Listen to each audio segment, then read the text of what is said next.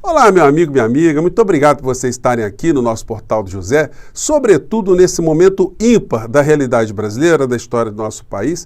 Isso porque todas as vezes que se tem uma mudança de governo, é natural que a sociedade fique prestando atenção naquele que está agora comandando o país, está começando a colocar algumas propostas em prática, está fazendo algumas realizações, está fazendo alguns movimentos, está trazendo algumas novidades. Mas nós tivemos aqui no nosso país um rastro de destruição tão grande provocado por essa gente que foi para o lixo da história, que é impossível a gente esquecer essa gente.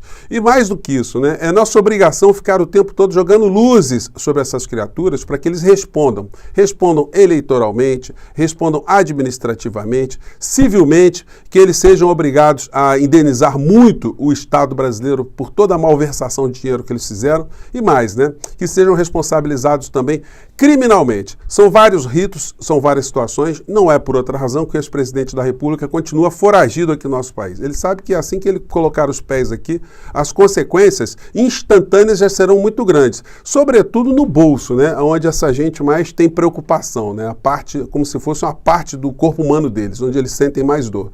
Pois bem, coisas estão acontecendo aqui no nosso país, eu quero sublinhar aqui com vocês uma estratégia que está sendo colocada em curso pelas estruturas de poder aqui no nosso país para esconder do povo brasileiro uma questão que está sendo trazida agora por esse novo governo, o governo do presidente Lula, que chama a atenção de todos nós por uma questão estrutural. O governo começou a fazer algumas situações muito positivas, mas é fundamental que se enfrente a questão estrutural da economia aqui do nosso país. E quanto mais pessoas estiverem reverberando esse assunto, melhor. Hoje, mais cedo, eu comentei com vocês alguns canais que certamente vocês conhecem e esqueci, né? Não deu tempo de falar de uma série de outros amigos. Não é esquecimento, não, gente. Que não deu a gente, enfim.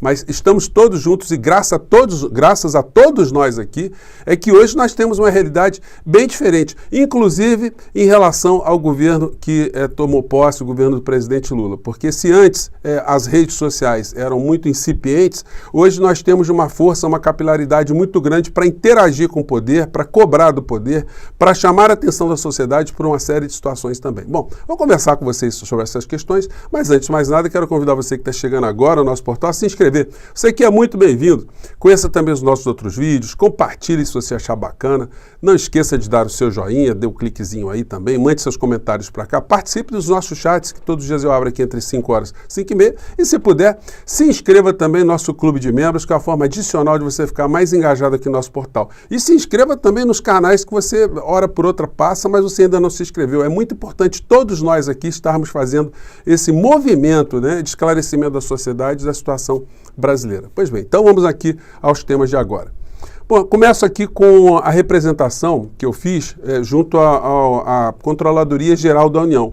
Eles me responderam aqui, só perguntaram se tinha problema, né, da minha denúncia aqui, eu sei identificar. Eu falei, não, está tudo tranquilo, assina embaixo, sou eu mesmo, pode mandar para frente. E eu coloco aqui a questão do Bolsonaro estar fora do nosso país, com alguns servidores públicos que estão sendo remunerados pelo povo brasileiro em dólar. Que negócio é esse? Cada funcionário que está lá com o Bolsonaro recebendo de indenização em dólar, né, de auxílio moradia, em torno de 75, 76 mil reais por mês. Isso não é uma coisa moral, né? Não é uma coisa lícita. Então, em função disso, eu fiz aqui a representação junto à Controladoria Geral da União, eles atestaram e agora vamos ver, né? Mas não sou só eu, não, né? Os vetores aí estão muito intensos, porque é o seguinte, contra Bolsonaro, contra o bolso de Bolsonaro, contra o bolso dos familiares de Bolsonaro. Porque essa gente fez malversação de dinheiro público a vida inteira. Não é possível um servidor público como ele e os filhos terem o patrimônio que eles têm apenas com salário de deputado, salário de parlamentar. Obviamente que as rachadinhas que ficaram aí expostas foram a fonte fundamental da riqueza dessas pessoas, do patrimônio que eles acumularam. Então eles ficaram muito mal acostumados. E quando eles chegaram ao poder, aí é que eles se esbanjaram ali, né? Transbordaram ali de todos os seus instintos mais primitivos contra o erário público. E a conta está chegando agora lentamente para eles. O Tribunal de Contas da União aceitou aferir gastos sigilosos de Jair Bolsonaro.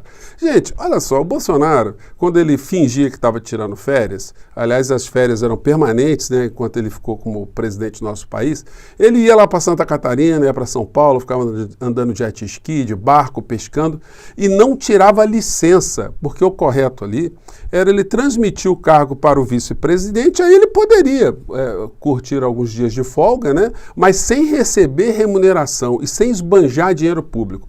Essa situação, portanto, era absolutamente ilegal, imoral e inconstitucional. Isso tudo agora vai ser aferido. Todas essas situações vão ser levantadas. Os deslocamentos do ex-presidente da República para cultos evangélicos espalhados no Brasil inteiro, e somente para ir a esses cultos, era absolutamente ilegal e imoral.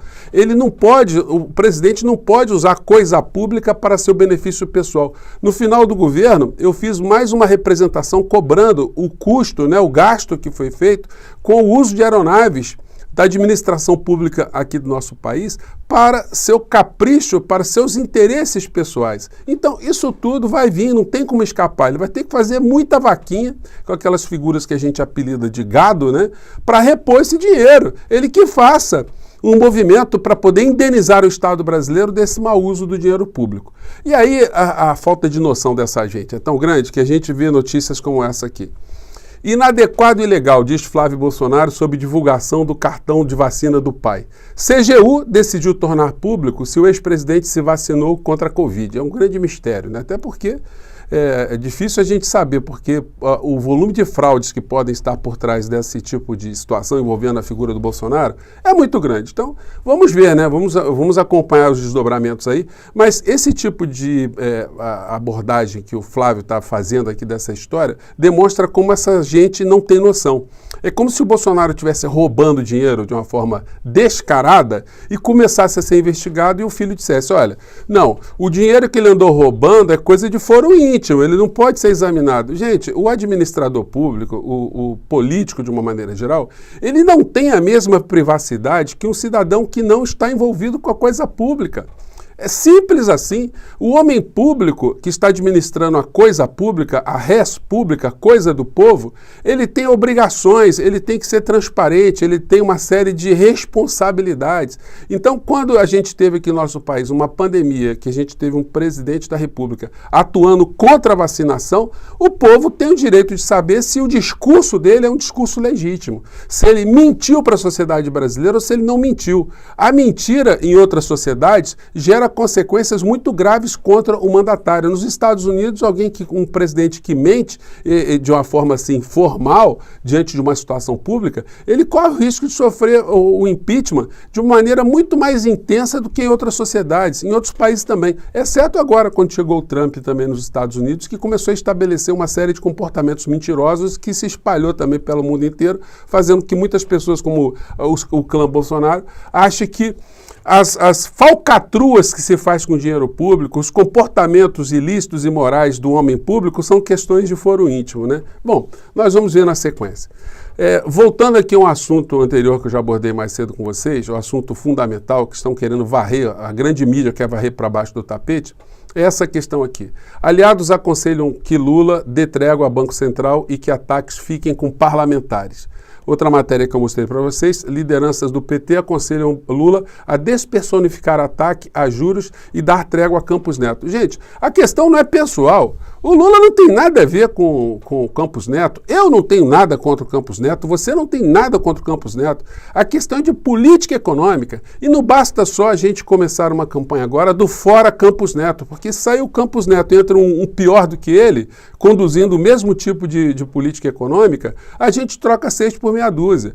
O que é fundamental é que o Banco Central ele esteja alinhado com uma política econômica de um governo que acabou de ser eleito pelo povo brasileiro. O Lula já começou a anunciar uma série de situações que beneficiam servidores públicos, bolsistas, algumas medidas muito importantes, mas ainda são medidas tópicas em relação aos problemas estruturais que nós temos no nosso país, que só serão resolvidos se a questão econômica for enfrentada.